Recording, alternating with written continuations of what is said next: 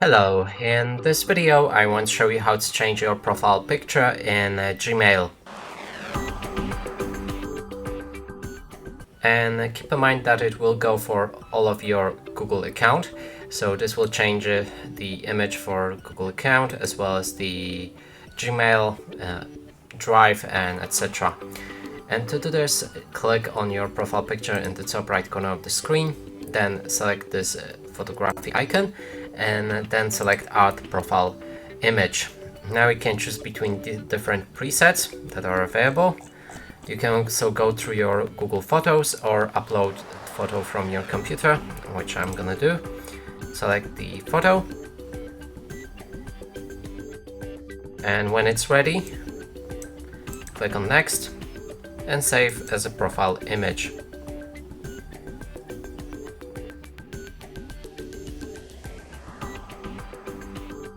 Now we can change, I think, who will be able to see it. So visible to anyone or only people in your contacts. And here, I think we can already close it. Yep, so just close it and the image should change.